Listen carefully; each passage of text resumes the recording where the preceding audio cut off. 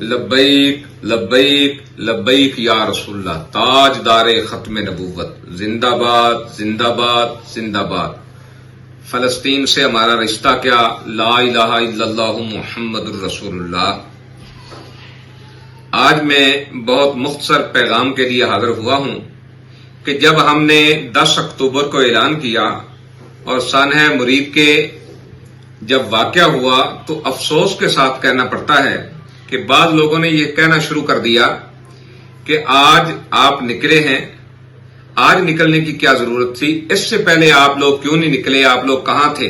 تو یاد رکھیے، جتنا اہل فلسطین کے ساتھ اظہار یکجہتی کے لیے تحریک لبیک یا رسول اللہ پاکستان نکلی ہے، اتنا اور کوئی نہیں نکلا۔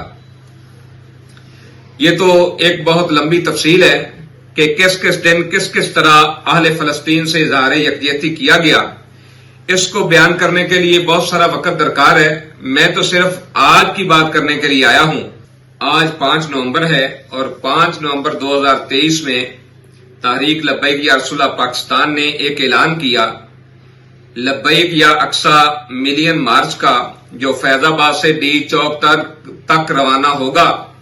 حسب معمول یہی ہوا کہ تحریک لبیک یا رسول اللہ پاکستان کی راہ میں رکاوٹیں ڈالی گئی اور ہم سے کہا گیا کہ ہم آپ کو ڈی چوک نہیں جانے دیں گے۔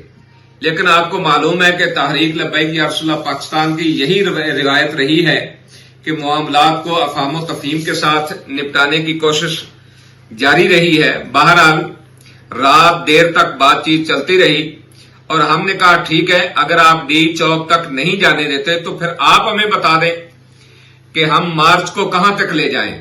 تو انہوں نے کہا کہ شاہراہ دستور تک۔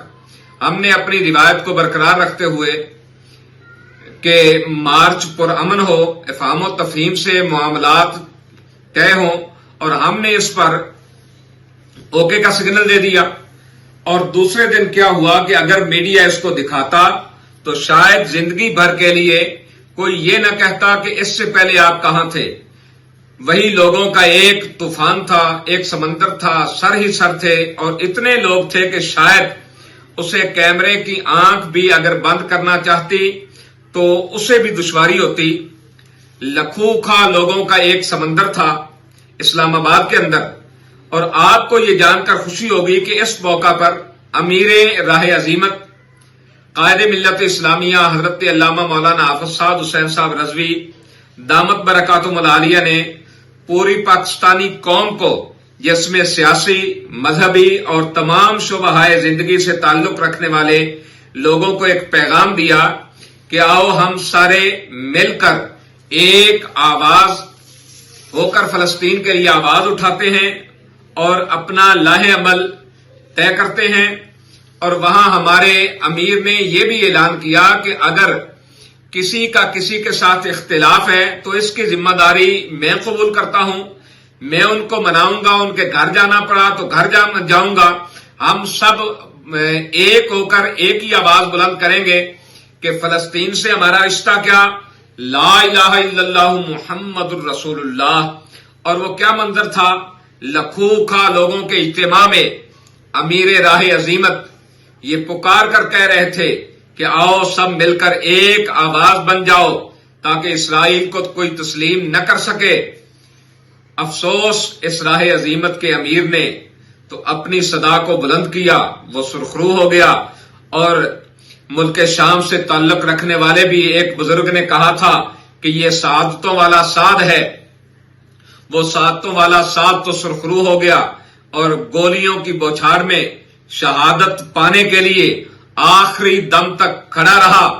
اللہ ہی اس کی حفاظت فرمائے، وہ جہاں بھی ہیں، جس حال میں ہیں، ہم انہیں اللہ اور اس کے رسول کے سپرد کرتے ہیں۔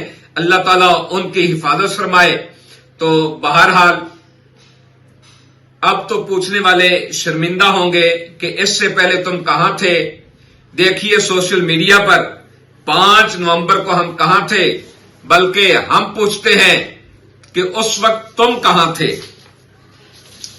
اور میں قاتل اعلی پنجاب مریم نواز صاحبہ سے یہ کہوں گا کہ بتاؤ شہداء کی لاشیں کہاں ہیں، اور جو ملک کے ذمہ داران ہیں ان سب پر ان شہداء کا بوجھ ہے، انہیں قاتلوں کو کٹہرے میں لانا چاہیے، انشاءاللہ ایک دن قاتلوں کو سزا ضرور ملے گی۔ اور آخر میں تمام دینی سیاسی جماعتوں سے درخواست کرتا ہوں کہ وہ فلسطین سے اظہار یکجہتی کے لیے ہر فورم پر آواز بلند کریں اور لاکھوں مسلمانوں کے قاتل ڈونلڈ ٹرمپ اور نیتن یاہو کی مذمت کریں اور پوری دنیا کو بتائیں کہ اس وقت بھی غزہ کے مسلمانوں پر یہ بمباری کروا رہے ہیں اور ہم تو آج بھی غزہ کے ساتھ کھڑے ہیں، اس لیے کہ فلسطین سے ہمارا رشتہ کیا، لا الہ الا اللہ محمد الرسول اللہ،